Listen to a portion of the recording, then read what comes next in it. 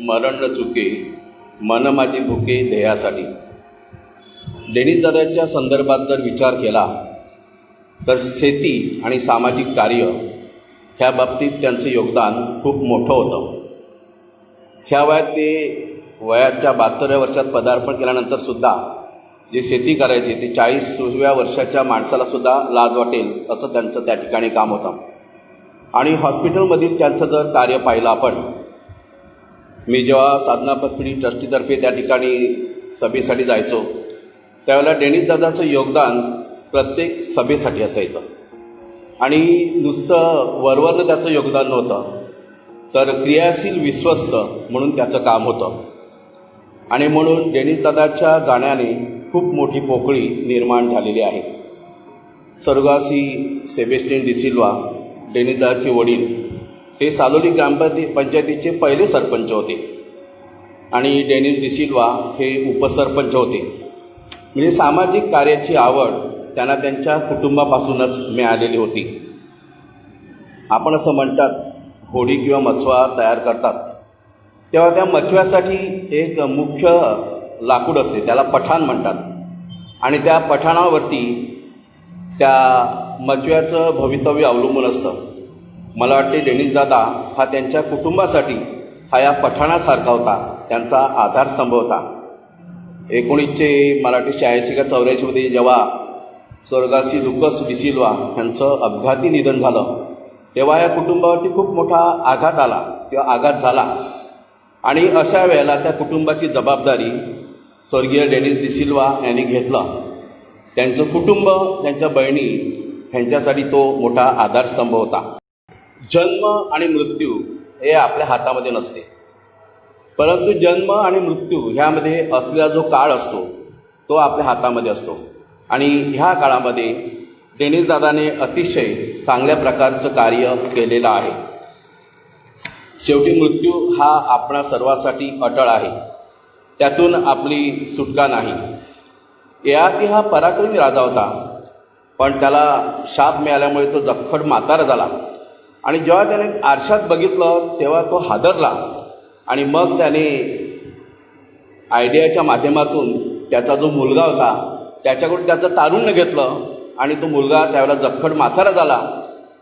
म्हणजे प्रत्येक माणसाला एक जगण्याची हौस असते, परंतु ययातीला सुद्धा शेवटी या मरणाला सामोरे जावं लागलं.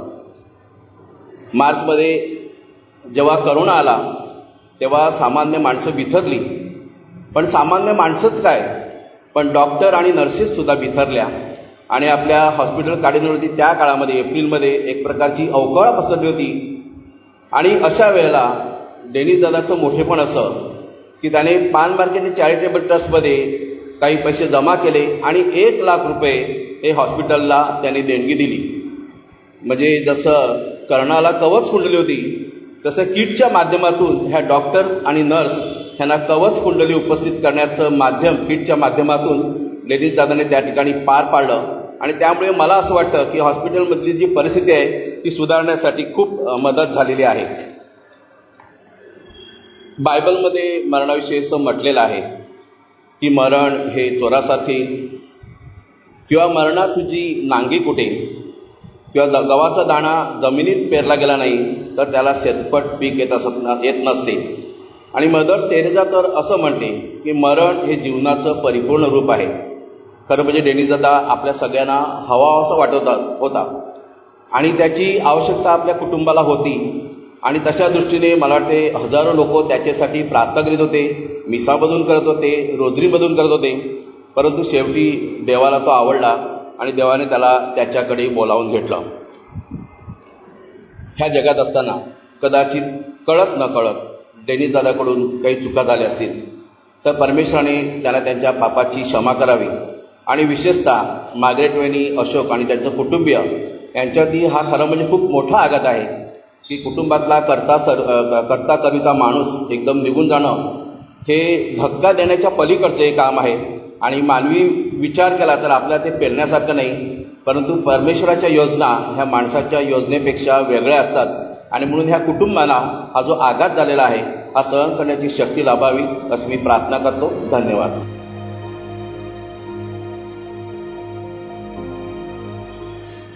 24 जून हा स्वर्गवासी डेनिसचा जन्मदिवस.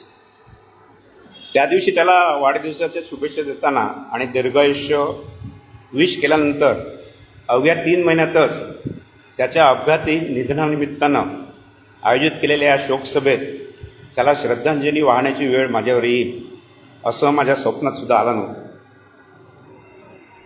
पण निवतीच्या मनात काही वेगळंच होतं. रस्त्यावरच्या क्षुल्लक धक्काबुक्कीच्या निमित्त झालं आणि डोक्याला झालेल्या माराचे निमित्त होऊन डेनिस कुटुंबियांना आणि आम्हा सर्वांना सोडून गेला. मगाशी उल्लेख झाल्याप्रमाणे स्वर्गवासी डेनिस यांचे वडील समाजवादी विचारसरणीचे समाजसुधारक होते, सालोली ग्रामपंचायतीचे सरपंच होते. सेवा हाच घराण्याचा पिंड होता. म्हणून पार्ले कॉलेजमध्ये BAचे शिक्षण घेत असताना डेनिसने NCC कॅडेट म्हणून त्यावेळेला म्हणजे 1971 साली बांगलादेश लढाईच्या वेळी पश्चिम बंगालच्या बॉर्डरवर निर्वासितांच्या छावणीमध्ये त्यांची सेवा करण्यासाठी धाव घेतली होती. आणि BAची पदवी संपादन केल्यानंतर डेनिसने DD कन्स्ट्रक्शन्स या नावाने स्वतःचा बांधकाम व्यवसाय सुरू केला होता आणि तो नावारूपाला आणला. 1971 पासून डेनिस सालोली ग्रामपंचायतीचा उपसरपंच होता आणि त्याच्या या कारकिर्दीत त्याने समाजासाठी खूप काही योगदान दिलं. रस्ते बांधणे आणि आदिवासी बांधवासाठी घरे आणि इतर सोयीसुविधा पुरवण्याकडे त्याने विशेष लक्ष दिलं होतं. अनेक आदिवासी आणि गरीब विद्यार्थ्यांना शिक्षणासाठी आणि शैक्षणिक कर्ज मिळवून देण्यासाठी त्यानं मार्गदर्शन केलं होतं. ज्या रस्त्यावर त्याला जीवघेणा अपघात झाला तो रस्तासुद्धा डेनिसने च्या पुढाकाराने आणि मिळवलेल्या निधीने आदिवासी बांधवांना लाभला होता. जणू स्वतःची कर्मभूमीच म्हणून डेनिसच्या मृत्यूचे कारण तो रस्ता बनला. 1975 सालच्या आणीबाणीच्या काळात डेनिसने 1 महिन्याचा तुरुंगात सुद्धा भोगला होता. परिसरातील अनेक संस्थांवर डेनिसने कार्य केले होते. त्याचा उल्लेख आता इथे होईलच. ज्येष्ठ बंधू लुकसच्या आकस्मिक अपघाती निधनानंतर कुटुंबाची जबाबदारी डेनिसने स्वतःच्या खांद्यावर घेतली आणि ती समर्थपणे पेलली. साधेपणा हा डेनिसचा स्थायी भाव होता. सफेद साध्या लांब बायाचा शर्ट असा त्याचा नेहमी पेहराव असे. डेनिसचा स्वभाव संयमी, मनमिळावू आणि सर्वांना सोबत घेऊन जाणारा असा होता आणि त्यामुळे त्याने वसईमध्ये आणि वसईबाहेर असंख्य मित्र जोडले. सर्वांच्या सुखदुःखात समरस होणारा, अडचणीच्या वेळी काळ वेळ न पाहता मदतीसाठी नेहमी पुढे असणारा, डिसोरा परिवारातील कोणत्याही कार्यात प्रसंगात गंभीरपणे उभा राहणारा डेनिस हा परिवारासाठी आधारवड होता. डॉक्टर निबिया आणि अशोका ही 2 उच्च शिक्षित व मार्गाला लागलेली मुले आणि परिवारातील मुलांच्या उत्कर्षासाठी तो सतत पाठपुरावा करी. त्याची पत्नी मार्गारेट वेनी या सर्व प्रवासात त्याच्या सोबत कायम राहिली. आपला चुलता असा पापप्रभाव त्याच्या स्वभावातच नव्हता. असे सर्व सुरळीत चाललेले असताना पुण्याच्या धनीमनी नसताना होत्याचे नव्हते झाले. डेनिस आपल्यापासून निघून गेला. डेनिसच्या खांद्यावर पडणारा आश्वासक, आधार आणि धीर देणारा हात आता आमच्या नशिबात राहिला नाही.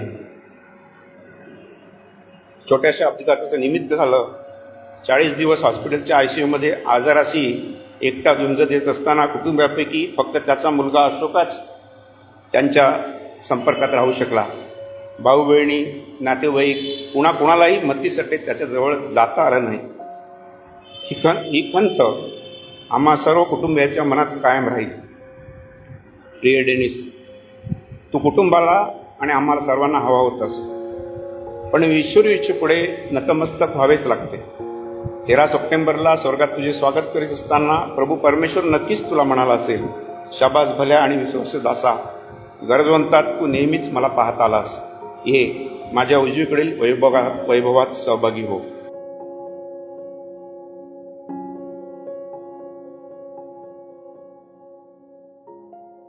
स्वर्गवासी डेनिस डिसिल्वा यांना आम्ही अगदी लहान होतो तेव्हापासून मी ओळखायचो एक कट्टर समाजवादी कार्यकर्ते म्हणून. परंतु प्रत्यक्षात त्यांच्याबरोबर काम करण्याची संधी मला जेव्हा मी साधना पतपेढीतून ट्रस्टी म्हणून कार्डिनल ग्रेशियस हॉस्पिटलवर गेलो तेव्हा मिळाली. आणि त्यांची काम करण्याची पद्धत मी त्या ठिकाणी बघितली. त्यांना पडद्यामागे राहून काम करायला खूप आवडायचं, म्हणजे लोकांसमोर न येता पडद्यामागे राहून. आणि मला वाटतं त्यांनी त्या ठिकाणी अनेक आदिवासी लोकांना रोजगार मिळवून दिले, रोजीरोटी मिळवून दिलेली आहे. आणि कितीतरी लोक असे आहेत की त्यांनी कुटुंब उभारलेलं आहे. आणि दुर्दैवाची गोष्ट म्हणजे आज त्याच ठिकाणी त्यांचा अपघात झाला. एक 4-5 महिन्यापूर्वीची, म्हणजे जेव्हा लॉकडाऊन झालं तेव्हाची गोष्ट. जेव्हा लोक घरातून बाहेर पडायला घाबरत होते, अशावेळी ते गोन्साल्विस साहेब वगैरे साधना भंडारच्या संस्थेच्या निमित्तानं आम्ही त्या ठिकाणी एकत्र आलो. मला वाटतं गोन्साल्विस साहेब आणि स्वर्गवासी डेनिस डिसिल्वा यांनी आम्हाला त्या ठिकाणी बोलावलं. मी होतो, लेस्ली होते, विवियन होते आणि गॅरी. आणि आम्हाला सांगितलं त्यांनी की आपली साधना भंडारी संस्था सध्या काम तिचं थांबलेलं आहे, परंतु या कोरोनाच्या काळामध्ये आपल्याला लोकांना मदत केली पाहिजे. त्यासाठी लोकांपर्यंत जाण्यासाठी या संस्थेमार्फत आपल्याला जाता येईल. आणि त्या कोरोनाच्या काळामध्ये अनेक लोकांना, म्हणजे त्या ठिकाणी जेव्हा धान्याचा तुटवडा होता, कांदे वगैरे मिळत नव्हतं, त्या अनेक ठिकाणी त्यांनी संपर्क साधून या गोष्टी लोकांना पुरवण्याचा आम्ही त्या ठिकाणी प्रयत्न केला. आणि स्वर्गवासी डेनिस डिसिल्वा यांचा त्याच्यामध्ये खूप मोठा वाटा होता. आणि त्याच वेळेला त्यांनी अनेक स्वतःच्या गाडीमध्ये त्यांनी हे धान्य वगैरे भरून अगदी त्याच विभागामध्ये आदिवासी लोकांना मदत केलेली आहे. आमचा त्यांच्याशी जास्त संपर्क त्याच वेळी आला साधना भंडारमध्ये. आणि त्यांनी आमच्याबरोबर अनेक वेळा, आठवड्यातून मला वाटतं आम्ही 2 वेळा त्या ठिकाणी भेटायचो. त्यांनी त्या ठिकाणी त्यावेळेला मासळी मिळत नव्हती लोकांना, तर त्यांनी ती एक योजना मांडली. आणि ती योजना मांडल्यानंतर प्रत्यक्षात आम्ही सर्वांनी त्या ठिकाणी एकत्र येऊन ते स्वतः त्या ठिकाणी यायचे आणि मदत करून त्या ठिकाणी लोकांची गरज देखील पुरवली आणि संस्थेला देखील त्यामुळे फायदा झाला. आणि जवळजवळ त्यांच्यामुळेच मी म्हणेन, आणि गोन्साल्विस साहेब आज जी संस्था संपूर्ण डबघाईला गेलेली होती, त्या संस्थेने या 6 महिन्यापर्यंत जवळजवळ 50 लाखाची उलाढाल केलेली आहे. मला वाटतं स्वर्गवासी डेनिस डिसिल्वा त्यांच्या त्या ठिकाणी साधना भंडार संदर्भात खूप योजना होत्या. त्यांनी आम्हाला सांगितलेलं आपण अशा पद्धतीने लोकांपर्यंत जाऊ आणि आपल्या संस्थेची पण भरभराट होईल आणि लोकांना पण मदत होईल. मला वाटतं त्यांच्या मुलाबरोबर सुद्धा ते त्या संदर्भात बोललेले. ॲमेझॉन वगैरे किंवा कोणत्या कंपनीमार्फत आपल्या साधना भंडारला कसं हे करता येईल, तर ते देखील त्यांनी आम्हाला त्यावेळी सांगितलेलं. परंतु आपल्या योजना आणि देवाच्या योजना वेगवेगळ्या असतात. खूप त्यांची इच्छा होती, परंतु आज ते प्रत्यक्षात उतरू शकत नाहीत, कारण ते आपल्यामध्ये उपस्थित नाहीत. परंतु त्यांची आठवण म्हणून आम्ही ठरवलेलं आहे की आपण आपल्या परीनं त्या ठिकाणी काम करत राहायचं. डेनिस डिसिल्वांचं एक मध्यंतरी एक हॉस्पिटलमधलं एक म्हणजे ते पडद्यामागे राहून कसे काम करायचे त्या संदर्भात एक उदाहरण सांगतो. आपल्या कार्डिनल ग्रेशियस हॉस्पिटलमध्ये कोविडचे पेशंट घेतात आणि आपल्या समाजातील एक पालीवरचे तवारीस हे 2 पेशंट त्यावेळेला कोविडने आजारी होते आणि त्यांना हॉस्पिटलमध्ये जागा मिळत नव्हती. परंतु मी मगाशी सांगितलं त्याप्रमाणे पडद्यामागे राहून काम करायची.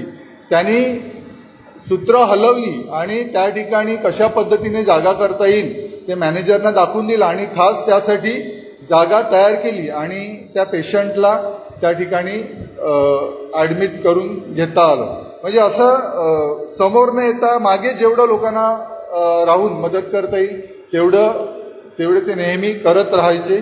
आमचा त्यांच्याशी काही फारसा संबंध आला नाही, पण या 6 महिन्यामध्येच साधना भंडारमध्येच आमचा त्यांच्याशी संपर्क आला आणि त्यांची जी काम करण्याची पद्धत होती ती पाहून खरोखरच आम्हाला वाटतं ते अजून खूप वर्ष आमच्याबरोबर त्या संस्थेसाठी लोकांसाठी राहायला पाहिजे होते. परंतु आज ते आपल्यामध्ये नाहीत. त्यांच्या कुटुंबियांच्या दुःखामध्ये आम्ही सहभागी आहोत लोकसेवा मंडळातर्फे त्यांच्या कुटुंबियाला मी श्रद्धांजली अर्पण करतो.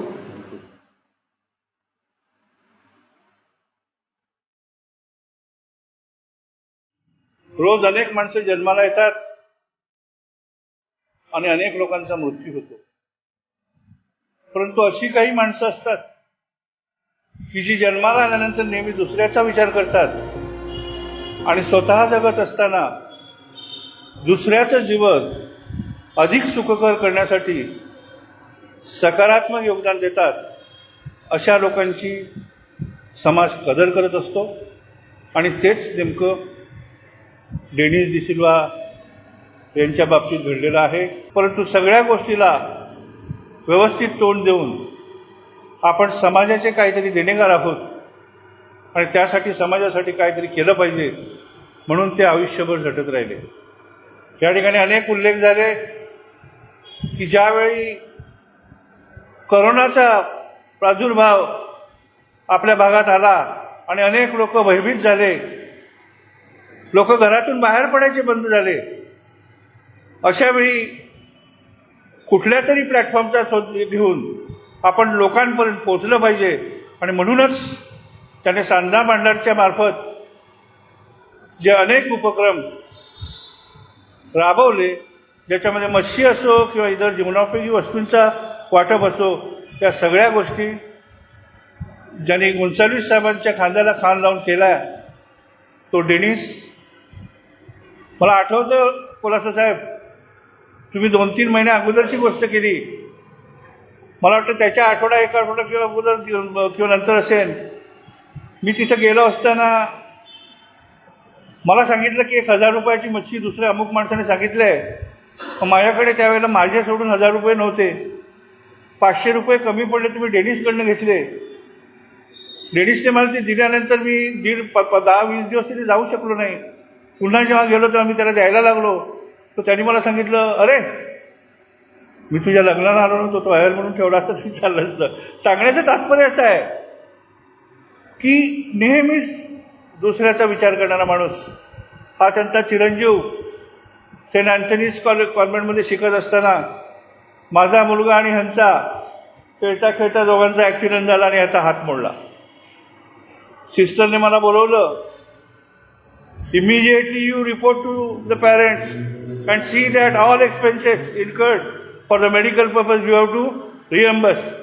म्हणजे सिस्टर ओके, मी करतो, ती माझी जबाबदारी आहे. मी जेव्हा यांच्या घरी गेलो आणि यांच्या वडिलांना सांगितलं की असं असं झालंय, तो माझा मुलगा, अरे विन्सेंट जाऊ दे ना, उद्या दोघं खेळत होते ना, त्याचा मोडला, उद्या माझ्या मुलाचा मोडला असता तर मी तुझ्याकडनं घेतली असते का? नाही. ते माणूस की ज्याला म्हणतात की त्यांच्याकडे अफाट होती. एखादं काम करायचं ठरवलं म्हणजे ते काम पूर्ण करण्यासाठी कुठलीही किंमत मोजावी लागली तरी त्याने कधीच मागे पुढे पाहिलं नाही.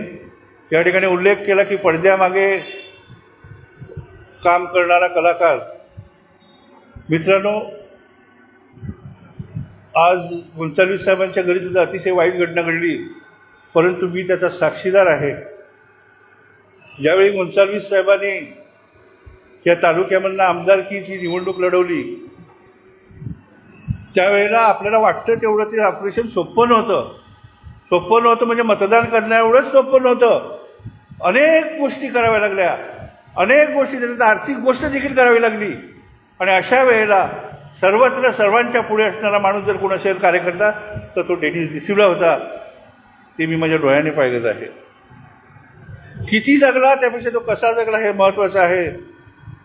काही ठराविक लोकांची दखल ही घ्यावीच लागते आणि त्याप्रमाणे आपण घेतलेली आहे. त्यांचा अपघात झाला, हॉस्पिटलमध्ये ते उपचार घेत असताना आपल्या सर्वांना वाटत होतं की पुन्हा आपली भेट होईल, परंतु तसं काही झालं नाही. नियतीचा डाव वेगळा होता. परमेश्वराने त्यांना बोलून घेतलं आणि त्यांच्या मागे डिसिल्वा आपल्यातून निघून गेले. असं म्हणतात, death is never an end of life, rather it is a beginning of a new step. Wonderful is the courage that conquers death. डेनिसच्या आयुष्यामध्ये अशा अनेक गोष्टी होऊन गेल्या की ज्याने त्याचा तो दांडगा आत्मविश्वास होता त्या जोरावर सगळ्या परिपूर्ण केल्या, त्याच्यात तो यशस्वी झाला. कोणी म्हणत असेल, कोणी त्याचा वेगळा अर्थ काढत असेल, परंतु अशा रीतीने सर्वांसाठी सर्व वेळी काम करणारा जो कार्यकर्ता होता ज्याची आपल्याला गरज होती, तो आपल्यातून निघून गेला आहे. त्याचं दुःख आपल्या सर्वांना झालेलं आहे. मी परमेश्वराकडे प्रार्थना करतो की आमच्या ज्येष्ठ बांधव डेनिस यांची या जगात जगत असताना एखादी कळत न कळत जर चूक झाली असेल तर त्याची तू त्यांना माफ कर, त्यांना स्वर्गाचं राज्य बहाल कर. आणि हा फार मोठा आघात त्यांच्यावर, त्यांच्या कुटुंबियावर, नातेवाईकांवर झालेला आहे. तो सहन करण्याकरिता त्यांना शक्ती दे. मी माझं स्वतःचं कुटुंब, GST सोसायटी, तालुका पेपर्स, बेटर लेवी, आमच्याकडची शेतकी सेवा समिती या सर्वांच्या वतीनं देसिल्वांना भावपूर्ण श्रद्धांजली वाहतो. आभारी. कोलासो साहेब व सर्व उपस्थित लोकांचे व समाज बांधवांचे मी प्रथम आभार मानतो. विशेष करून माननीय डॉमिनिक गोन्साल्विस साहेबांचे. ते आज आपल्यामध्ये उपस्थित नाही आहेत. आम्ही त्यांच्या दुःखामध्ये सहभागी आहोत. डॉमिनिक साहेबांनी माझ्या वडिलांना मुलासारखे प्रेम दिले व सहकार्य केले. तसेच त्यांच्या मृत्यूनंतर आमच्या कुटुंबियाला आधार दिला. त्यांच्या पुढाकाराने माझ्या वडिलांची शोकसभा आयोजित केली गेली. त्याचप्रमाणे मी आभार मानू इच्छितो माननीय रोहन गोन्साल्विस साहेबांचे, जे दुर्दैवी रात्रीपासून सावलीप्रमाणे आमच्या पाठीशी उभे राहिले आणि आजपर्यंत त्यांनी आम्हाला खूप मदत केली. माझे वडील एक साधे व संकल्पित व्यक्ती होते आणि माझ्यासाठी ते प्रेम, शहाणपण व नम्रतेचे भंडार होते. माझ्या वडिलांनी जे काही कार्य केले, जे काही तुम्ही प्रेम दिले, ते आपणा सर्वांच्या उपस्थितीने दिसून येते. असेच सहकार्य व प्रेम तुम्ही मला व माझ्या कुटुंबियांना यापुढे द्यावी हीच विनंती.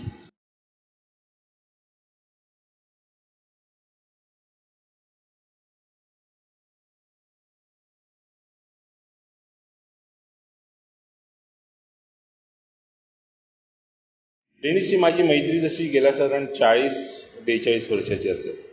म्हणजे साधारण इमर्जन्सी किंवा आणीबाणी ज्या वेळेला होती त्यावेळेला मी जस्ट कॉलेज करून आलो होतो आणि जनता दलाची स्थापना झाली होती आणि जनता पार्टी, जनता दल म्हणण्यापेक्षा जनता पार्टीची स्थापना होती आणि आम्ही सर्व अत्यंत ॲक्टिव्हपणे त्याच्यात काम करत होतो. डेनिसचं वैशिष्ट्य असं की मगाशी उल्लेख झाल्याप्रमाणे ते नेहमी पडद्यामागे राहिले. सालोलीचं कदाचित उपसरपंच पद त्यांनी भूषवलं असेल, पण एरवी कधी ते कुठल्या पदासाठी, कधी कुठल्या अध्यक्षपदासाठी इच्छुक असलेले असे कधीच दिसले नाही. परंतु पडद्यामागे मात्र जी काय सूत्र हलवायची, जी काय कामं करायची ती ते कटाक्षाने करत राहिले. त्यामुळेच कदाचित पडद्याच्या पुढे जे लोक काम करतात त्यांना समर्थन मिळालं. डॉमिनिक साहेबांच्या बाबतीत सुद्धा असंच असेल. डॉमिनिक साहेब आमदार झाले, त्याला आपण सगळे जे कार्यकर्ते होते तेच त्यावेळेला जबाबदार होतो आणि डॉमिनिक साहेबही ते कबूल करतात. डेनिसचा जो जन्मदिवस आहे 24 जून, तो जन्मदिवस मृणालताईंचाही आहे. म्हणजे महाराष्ट्र टाइम्समध्ये मला आठवतं त्यावेळेला एक आजचे वाढदिवस असा एक कॉलम यायचा. त्यात डेनिसचा फोटो असायचा, वरती मृणालताईंचा असायचा आणि खाली डेनिसचा असायचा. पण डेनिसला आम्ही म्हणत, अरे मृणालताईंच्या बरोबर तू आहेस. डेनिसचं आणखी एक वैशिष्ट्य, वसईत सरकारी अधिकारी खूप आले.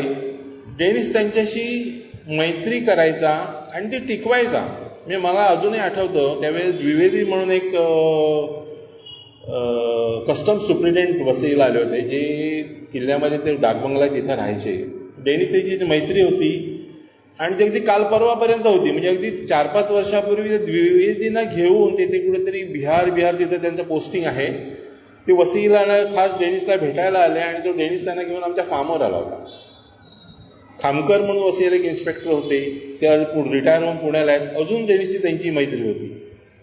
पवारसाहेब वसईला पब्लिक प्रॉसिक्युटर होते, ते नंतर मुंबईत सेटल झाले. त्यांच्यावर सुद्धा डेनिसची अजूनपर्यंत मैत्री होती. ते पवारसाहेब अलीकडेच गेले, तर अशा तऱ्हेनं मैत्री करणं आणि निभावणं हा डेनिसचं खूप मोठं वैशिष्ट्य आहे. मला स्वतःलाही माझ्यावर 87 साली एक प्रसंग आला होता. त्यावेळेला डेनिसने खूप मला त्यावेळेला मदत केली आणि आज जाहीरपणे मी त्याचा आभार मानतो की त्यावेळेला डेनिस होता म्हणून मला तो एक सपोर्ट त्यावेळेला मिळाला. पुतळेश्वर तलावाच्या बाबतीत मला वाटतं मी 12 साली नगरसेवक झालो, VVMCचा कोऑप नगरसेवक, स्वीकृत नगरसेवक. आणि आमच्या नेतृत्वाने त्यावेळेला सांगितलं की तुमच्या भागात जी काय कामं असतील ती आपण करू.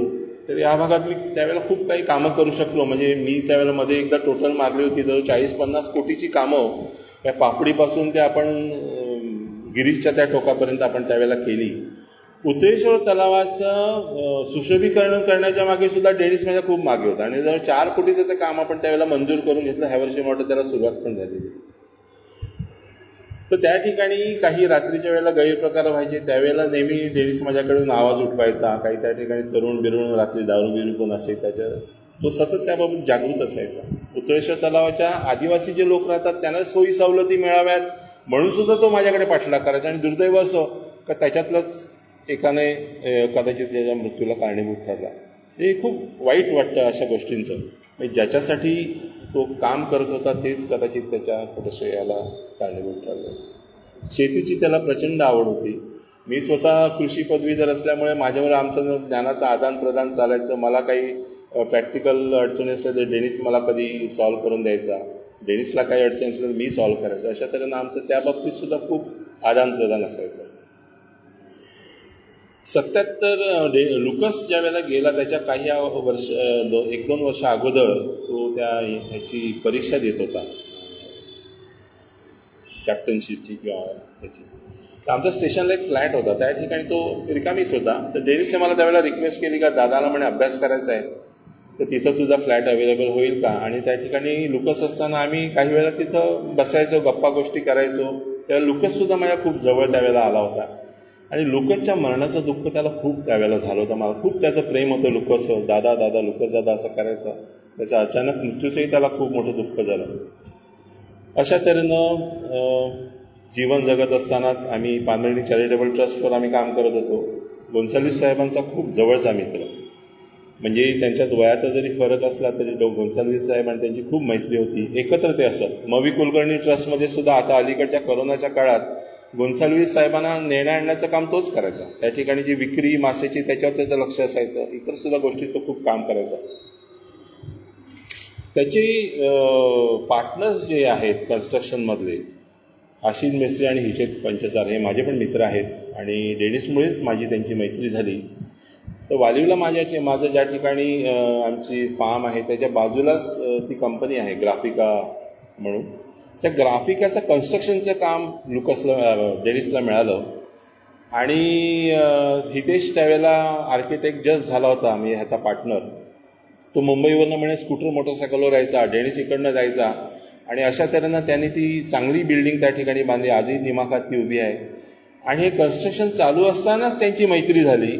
आणि त्यांनी बघितलं का एक चांगला माणूस आहे, चांगलं काम करतो, ह्याला आपण पार्टनरशिप घेऊन वसईत काही काम करू. आणि असेच मग वसईमध्ये त्यांचं काम सुरू झालं. आणि आज ते चांगल्या नावाबरोबर भाबळाला सुद्धा त्यांनी एक चांगली मोठी बिल्डिंग बांधली. कोळेवाड्यात एक मोठी बिल्डिंग बांधली. अजूनही त्यांचं काम चालू होतं. पण दुर्दैवानं डेनिस त्यांना अचानक त्यांच्यातनं निघून गेला आहे. तसा आमचा हा डेनिस आनंदाच्या प्रवासाला निघून गेलेला आहे आपल्या सगळ्यांना सोडून. आपण या ठिकाणी शोक व्यक्त करीत असतानाच त्यांच्या कुटुंबावर जो काय आघात झाला आहे, पत्नीवर, त्यांच्या मुलावर, त्यांच्या मुलीचं सुद्धा त्यांना खूप कौतुक होतं. म्हणजे ती लंडनला सेटल असताना ते तिथं जाऊन 2-2, 4-4 महिने राहायचे. आणि आल्यावर मग तिकडची सूप आमच्या गप्पा रंगायच्या खूप अशा तऱ्हेनं वगैरे. अशा तऱ्हेनं त्या कुटुंबावर जो आघात झाला आहे परमेश्वराने त्यांना धीर द्यावा. आणि त्याची जी पोकळी समाजात निर्माण झाली आहे ती कधी भरून न निघणारी आहे असंच मला वाटतं. आपण सर्वजण त्याच्यासाठी प्रार्थना करू. आणि आपण या ठिकाणी आज आलात या करोनाच्या काळात सुद्धा आपण येऊन त्याला श्रद्धांजली अर्पण केली. याबद्दल कुटुंबाच्या वतीनं, पांढरणी चॅरिटेबल ट्रस्टच्या वतीनं साधना सहकारी पतपेढीचा एक विषय राहिला. साधना सहकारी पतपेढीचा तो प्रवर्तक होता, म्हणजे फाउंडर मेंबर, आणि 1991 ते 93 या काळापर्यंत सल्लागार म्हणून सुद्धा त्याने साधना पतपेढीवर काम केलेलं आहे. मी सध्या अध्यक्ष तिथं आहे, तर संध्याकाळच्या वेळेला डेनिसचा फोन यायचा, आहे का? मी म्हटलं आहे. मग तो यायचा, तास दीड तास आमच्या चर्चा रंगायच्या, साधना पतपेढीच्या दृष्टीनं असतील, आणखी काही असतील, तर त्या ठिकाणी आमचं खूप असं संध्याकाळच्या वेळेला चर्चा व्हायच्या. तर अशा तऱ्हेने साधना सहकारी पतपेढी, कृषी उत्पन्न बाजार समिती वसई आणि आमचा बहुजन विकास आघाडी यांच्या सगळ्यांच्या वतीनं मी डेनिसला श्रद्धांजली वाहतो आणि देवानं त्याला